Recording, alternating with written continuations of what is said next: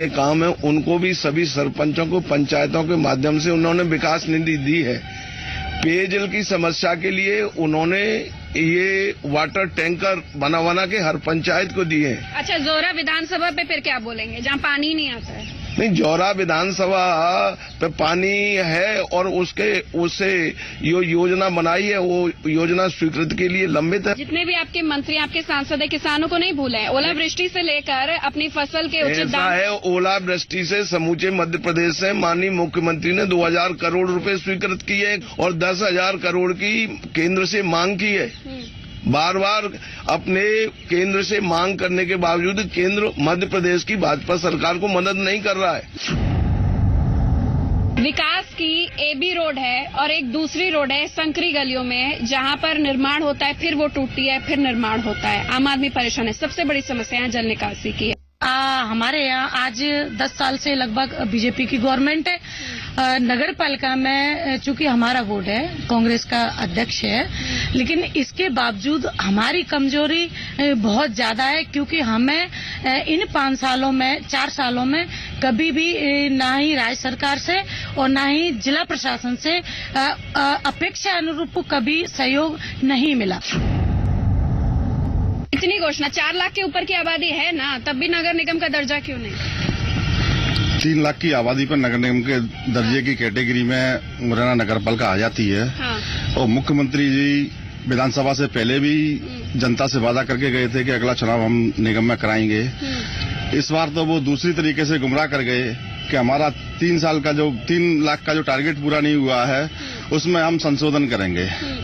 कांग्रेस के बोर्ड होने की वजह से सत्ताधारी पार्टी शहर की जनता के साथ मुरैना के नगर निगम के नाम पर एक छलावा कर रही है। आपकी मुख्यमंत्री आए, बोले नगर निगम बनना चाहिए, क्या दिक्कत क्या हो गई? नहीं, मुख्यमंत्री जी ने पुनः घोषणा की है कि आगे आने वाला चुनाव नगर निगम का ही होगा। अच्छा, हाँ, ये आप गारंटी दे रहे हैं? नहीं, गारंटी मुख्यमंत्री जी स्वयं दे के गए। आप सभी से जानना चाहूंगी, आप नगर पालिका के काम से संतुष्ट हैं, हाँ या ना? नहीं है, संतुष्ट नहीं है। ठीक है, जनता से जुड़े कुछ ऐसे मुद्दे हैं जिस पर अब बात करने की कोशिश करेंगे। सबसे पहला मुद्दा यहाँ पर अगर बात करें तो एक बार ये कारोबार की नगरी थी, क्योंकि यहाँ पर सरसों की खेती होती थी, तो तेल व्यापारी कह सकते हैं यहाँ पर लाभान्वित होते थे। लेकिन हुआ क्या टैक्स हनीमून नहीं मिला, या फिर जो नीति थी, प्रोत्साहन नीति, उसमें कहीं कमी रह गई? यहाँ जो छोटा व्यापारी होता है उस पर इतने ज्यादा विभागों की परमिशन, काफी कॉम्प्लिकेशन इतना रहता है कि वो परेशान विभागों से ही रहता है, सरकारी विभागों से, और एक टैक्सेशन नीति प्रॉपर नहीं है। यहाँ व्यापारी जैसे ही व्यापार शुरू करता है उसको सरकारी दृष्टिकोण से चोर समझ लिया जाता है। जैसे यहाँ की चंबल की रिवाइंस की आपने बात करी, तो उसमें जेट्रोपा की खेती के लिए पिछले 4 साल पहले एक प्रोजेक्ट दिया। सेंट्रल के उस प्रोजेक्ट का आज पलीता बन गया है, वहाँ कोई जेट्रोपा नहीं है, जबकि केंद्र से काफी पैसा भी उसमें आया हुआ है। कितनी देर बिजली आती है? एक व्यक्ति कनेक्शन के जो ग्रामीण क्षेत्र में है, खंभे लगाए गए थे, उससे पहले उसका बिल शुरू हो गया। वो गांव में लाइट नहीं पहुंची तब तक उसका खंभा भी खत्म हो गया। इस साल से शिवनगर सेल्टेक्स वेरियल पे हम देख रहे हैं कि ना तो खंभा है, ना लाइट है, ना बिजली है। कम से कम 5 किलोमीटर से दूर लाइट डाली जाती है। चुनाव से पहले सब लोगों ने 24 घंटे की वादा किया था, लेकिन आज किसानों को 8 घंटे भी लाइट नहीं मिल रही है। एक समस्या यहाँ पर सबसे बड़ी है चंबल की। बहुत ही खूबसूरत नदी है, प्रदूषण मुक्त है, सेंचुरी भी यहाँ पर बनी हुई है। पर्यटन प्रोत्साहन नीति को उसको मजबूत करने की जरूरत है, लेकिन उसके बावजूद भी हर कोई वहाँ इसीलिए डरता है क्योंकि किसी के न किसी के संरक्षण में तो अवैध खनन हो ही रहा है।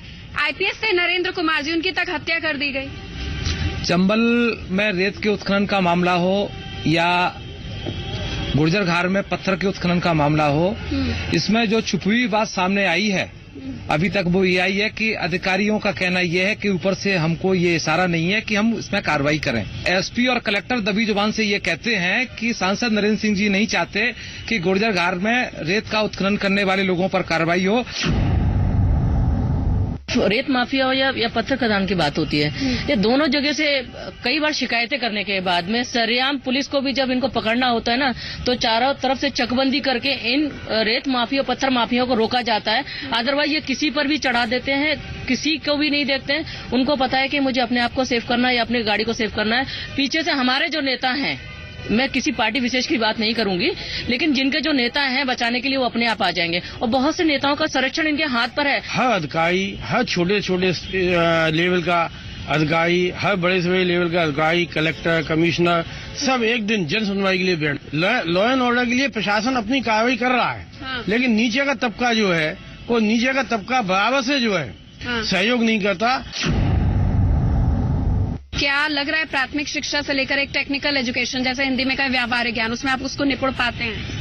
नहीं, मुरैना शिक्षा के क्षेत्र में बहुत पिछड़ा हुआ है। दुर्भाग्य समझिए मुरैना का कि आज शिक्षा के क्षेत्र में अगर हम नीचे न जाते हुए हायर एजुकेशन की अगर बात करें तो मुरैना के अंदर जितने भी कॉलेज हैं उन कॉलेजों में संचालक छात्रों से एक वादा करते हैं कि नहीं, आप हमारे यहाँ एडमिशन लीजिए और हम आपको परीक्षाओं में भरपूर नकल कराएंगे। पूरा पढ़ाई पर ध्यान है, पर हमारे यहाँ प्रोफेसर ही नहीं है तो पढ़ाई कहाँ से करेंगे? आने वाले सांसद से क्या मांगे आपकी? हमारी यही मांग है कि हमारी पहले तो ये शासन का चुनाव मतलब कराया जाए। प्राथमिक शिक्षा तो यहाँ टोटल नील है, क्योंकि स्कूलों में मध्याह्न भोजन और ये सारी व्यवस्थाएं गवर्नमेंट ने लागू कर दी हैं, तो बच्चे ऐसा लगता है एजुकेशन की अपेक्षा वो एक भिखारी बन गए हैं। यहाँ पॉलिटेक्निक कॉलेज है वो केवल हरिजनों के लिए, केवल दलितों के लिए। एक मेडिकल कॉलेज की भी मांग, कॉलेज की लंबे समय से मांग हो रही है, इंजीनियरिंग कॉलेज की मांग हो रही है, लेकिन ना तो इंजीनियरिंग कॉलेज मिला ना मेडिकल कॉलेज। जो प्रसूति विभाग जो होता है ना, तो उसमें बिल्कुल सुविधाएं नहीं है, सारी दिखावटी सुविधाएं हैं। जो भी वहाँ पे जब कोई गर्भवती महिला आती है तो उसमें ना तो उस समय कोई नर्स उपस्थित होती है न डॉक्टर उपस्थित होते हैं, दरवाजे पे डिलीवरी हो जाती है। घर चलाना तो आसान, तो अपन मजदूरी कर रहे हैं, गरीब लोग अपने बच्चों को पाल रहे हैं, बिल इतना दे रहे हैं कि गरीब लोग भर नहीं पा रहे हैं। ठीक है, एक समस्या यहाँ पर किसानों की है।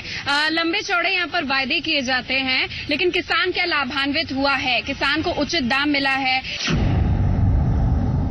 किसानों के लिए खाद और बीज की समस्या आती है, तो हमारे और किसानों के लिए इस समय तो पानी नहर में तो आ गया है अभी, और पहले पानी की समस्या ज्यादा रहती है। अभी कोई न तो फसल को देखने जाता है, फसल में बहुत नुकसान हुआ है, सरसों में, गेहूं तो जो है खेतों में लेट गई है बिल्कुल।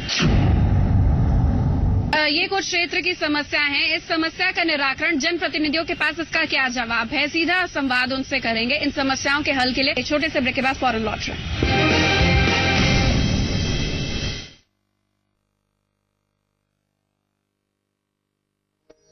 मध्य प्रदेश 24 घंटे प्रतिदिन बिजली सप्लाई की महत्वपूर्ण उपलब्धि हासिल करने के बाद अब वैकल्पिक ऊर्जा स्रोतों के श्रेष्ठतम दोहन की ओर बढ़ रहा है। इन स्रोतों से फिलहाल 687 मेगावाट बिजली मिल रही है। इसे वर्ष 2015 तक 3800 मेगावाट करने का लक्ष्य है। प्रदेश में वैकल्पिक ऊर्जा संयंत्रों के लिए दी जा रही बेहतर सुविधाओं के चलते 267 परियोजना में काम शुरू हो गया है। नीमच जिले में 130 मेगावाट क्षमता का देश का सबसे बड़ा सौर ऊर्जा संयंत्र स्थापित हुआ है। प्रदेश में अब तक 594 गांव सौर ऊर्जा से जगमगाने लगे हैं। चंदेरी हाथकरघा बुनकरों, पुलिस चौकी, नगरीय निकाय, वन अभ्यारण्य, शिक्षण संस्थाओं आदि में सौर ऊर्जा के उपयोग के साथ ही लगभग 14,000 स्ट्रीट लाइट और 8,700 से ज्यादा होम लाइट स्थापित की जा चुकी हैं। पारंपरिक ऊर्जा की मांग में 10% कमी लाने के लिए राज्य में 60 मेगावाट का सोलर ग्रिड समाधान, 20 मेगावाट वाटर हीटिंग समाधान, 20 मेगावाट एनर्जी कुशल उपकरण और अन्य ऊर्जा संरक्षण कार्यक्रम शुरू किए गए हैं। सोलर वाटर हीटर कार्यक्रम में अब तक लगभग 18 लाख लीटर के संयंत्र स्थापित किए जा चुके हैं। What is this? डिनर में पति को बटर चिकन प्रॉमिस किया है, अब लेट हो गया तो सोचा यही तैयारी कर लूं। तो बाहर से मंगा लो यार। हेल्दी नहीं है ना सर। खाना पकाओ खुद मत पको, ले आओ नया सोल वेट मसाला। हमने काटा, हेल्थी ऑलिव ऑयल में भुना, ड्राई मसाले मिलाकर। अब खाना बनाओ 15 मिनट में। सोल इंस्टेंट वेट मसाला, जल्दी भी हेल्थी भी। किसान भाइयों, इस समय प्रदेश के इतिहास की सबसे बड़ी प्राकृतिक आपदा का सामना आप कर रहे हैं। ओलों की भयानक मार से, असमय बरसात से किसानों की फसलें तबाह और चौपट हो गई है। लगभग 49 जिलों में किसानों की फसलों को नुकसान हुआ है। हाथ में आई फसल आते आते रह गई। आप सब दुखी हैं। किसान की फसल जब बिखरती है तो केवल फसल नहीं बिखरती, उसके सपने बिखरते हैं, उसके बच्चों का भविष्य बिखरता है। लेकिन आज मैं आपसे ये कहना चाहता हूं, आंख में आंसू लाने की जरूरत नहीं है। मैं अभी जिंदा हूं। सरकार इसलिए है कि संकट की घड़ी में आपके साथ खड़ी हो जाए। मैं आपको विश्वास दिलाता हूं कि संकट से हम आपको पार निकाल के ले जाएंगे। हमने जिन फसलों का नुकसान हुआ है उसके त्वरित सर्वे के निर्देश दिए। सर्वे ईमानदारी से होगा, केवल एक विभाग नहीं करेगा। रेवेन्यू विभाग के साथ पंचायत ग्रामीण विकास और कृषि विभाग के भी कर्मचारी रहेंगे।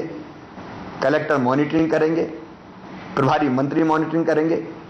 एक टीम भोपाल में बनाई है जो मॉनिटरिंग करेगी। हम सर्वे करेंगे और फिर हमने फैसला किया है, सर्वे के बाद तुरंत फौरी तौर पर राहत की राशि का वितरण किसानों को किया जाएगा। और उस राहत की राशि के साथ, क्योंकि अभी हमने तय किया है, भारत सरकार तो केवल 50% से ज्यादा नुकसान को नुकसान मानती है। हमने तय किया है 25% से 50% नुकसान को भी हम नुकसान मानेंगे और उसमें भी कुछ राहत की राशि देंगे। और 50% से ज्यादा अगर नुकसान हुआ है तो हमने फैसला किया उस नुकसान को हम 100% ही मानेंगे और 100% के हिसाब से राहत की राशि देंगे। आप जानते हैं, सिंचित फसलों में भारत सरकार के मापदंड से दुगनी से ज्यादा राशि हमने देने का फैसला किया है। 15,000 रुपया प्रति हेक्टेयर की दर से। हमने सब्जियों में भी, हमने फलदार वृक्षों के लिए भी राहत की राशि का इंतजाम किया है। व्यक्ति की मृत्यु हो जाए, गाय बैल भैंस हो या बकरा बकरी हो या कच्चे घर टूट जाए या और कोई नुकसान हो जाए, सबके लिए हमने राहत की राशि की व्यवस्था की है। लेकिन केवल राहत की राशि का सवाल नहीं है, फसल बीमा योजना का लाभ किसान को मिले उसके लिए हमने निर्देश दिए। क्रॉप कटिंग एक्सपेरिमेंट होगा और फसल बीमा योजना का पूरा लाभ आपको दिलाया जाएगा, जिससे हमारे नुकसान की बहुत हद तक भरपाई हो जाएगी। हमने ऋणों की वसूली, आपके जो कर्जे हैं उसकी वसूली स्थगित कर दी है। लेकिन केवल कर्जे की वसूली स्थगित करने से काम नहीं चलेगा। कर्ज का जो ब्याज है, कई बार वो इतना बड़ा बोझ बन जाता है कि कर्ज से ज्यादा भारी होता है। हमने कर्जे का ब्याज सरकार की तरफ से भरने का फैसला किया है, ताकि 0% ब्याज पर आपको अगली फसल के लिए ऋण मिल सके। अगली फसल के लिए खाद और बीज की व्यवस्था हम करेंगे। जिन इलाकों में पानी है वहां मूंग उड़द जैसी फसल अगर हो सकती है तो उसकी व्यवस्था में भी आपको सहयोग करने का काम करेंगे। जिन किसानों की फसलें पूरी तरह से तबाह और चौपट हो गई है उनको 1 रुपया किलो गेहूं और 1 रुपया किलो चावल भी देंगे, ताकि जब तक अगली फसल ना आ जाए तब तक उनके भोजन का इंतजाम हो जाए, भोजन की व्यवस्था हो जाए। और बिटिया की अगर शादी थी तो जिन किसानों की फसल पूरी तरह से तबाह हो गई है उन किसानों की बेटी की अगर शादी है तो सरकार उस शादी के लिए भी 25,000 रुपए की राहत राशि देने का काम करेगी। ये बड़ी प्राकृतिक आपदा है, लेकिन आपदा की इस घड़ी में पूरी तरह से सरकार आपके साथ खड़ी है। हम बाकी चीजों में कटौती कर देंगे लेकिन किसान को राहत पहुंचाने में कोई कटौती नहीं करेंगे। बहनों और भाइयों, हिम्मत रखिए, हौसला रखिए, साहस रखिए। सरकार आपके साथ है, शिवराज आपके साथ है। इस संकट से निकलेंगे और हमारा अच्छा समय अगली फसल पर आएगा। बहुत बहुत धन्यवाद। सोनालिका ट्रैक्टर है ताकत की पहचान। देश की सर्वप्रथम heavy duty tractor range. Sonalika tractor tops India का नंबर 1 पिकर में लाए मजा। क्रेडाई इंदौर लेकर आया है सबसे बड़ा क्रेडाई प्रॉपर्टी शो। 28 फरवरी से 2 मार्च तक लाभगंगा MR10 इंदौर पर। यहाँ आप पाएंगे पहली बार इंटरनेशनल लुक एंड फील के यूनिक डिजाइनर स्टॉल में 8 लाख से 2.5 करोड़ की वास्ट प्रॉपर्टी रेंज। तो जल्दी कीजिए, प्रॉपर्टी खरीदने का इससे अच्छा मौका फिर नहीं मिलेगा।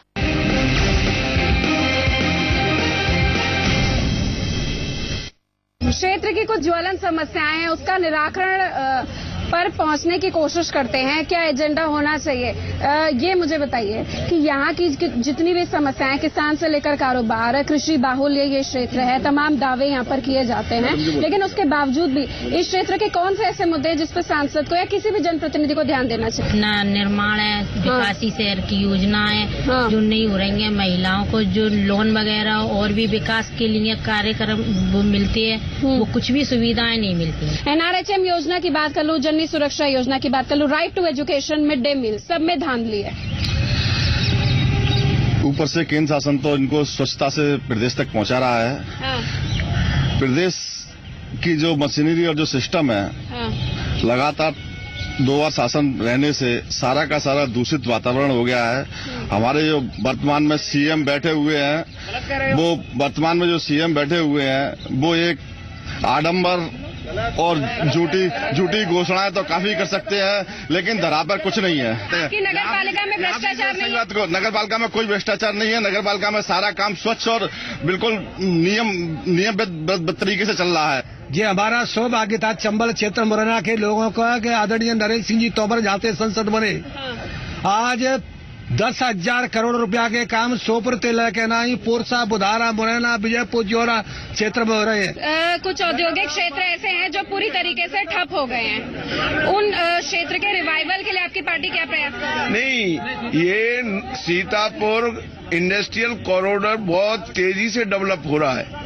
मध्य प्रदेश की सरकार इंडस्ट्रियल कॉरिडोर को निर्माण के लिए प्रतिबद्ध है और बड़ा तेजी से काम हो रहा है। चंबल महोत्सव जोर शोर से आयोजन हुआ, लेकिन किसान उससे परेशान हुए। आपकी पार्टी की सरकार, जब शिवराज जी खुद कहते हैं कि मैं किसान का बेटा हूँ, इतना किसान परेशान क्यों है? ओलावृष्टि के मामले में माननीय शिवराज सिंह चौहान ने घोषणा की है कि जहाँ भी ओलावृष्टि से किसान परेशान है, उनसे उनका राय वसूला नहीं जाएगा।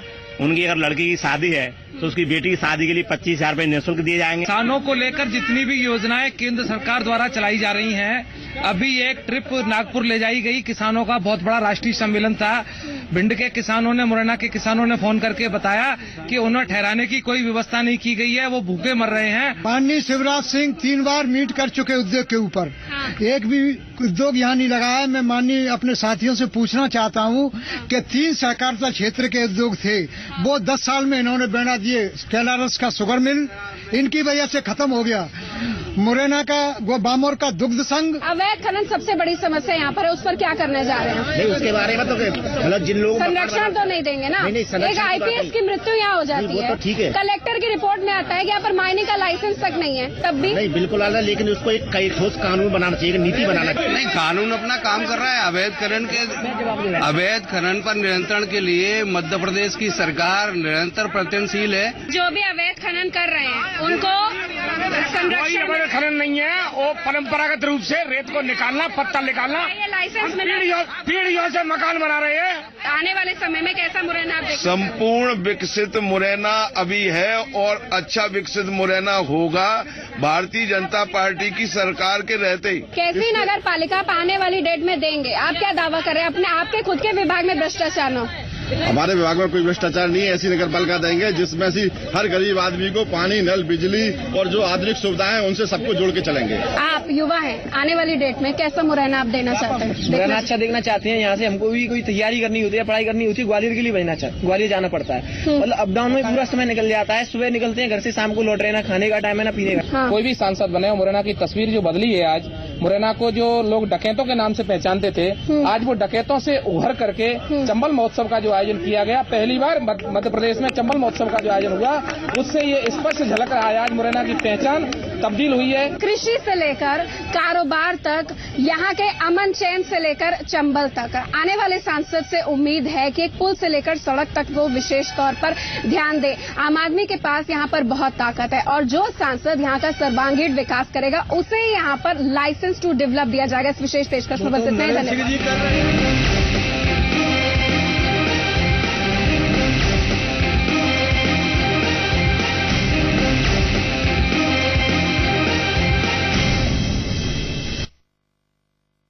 छत्तीसगढ़ में पुरस्कारों की झड़ी, 1 महीने में 5 राष्ट्रीय पुरस्कार। RBI report.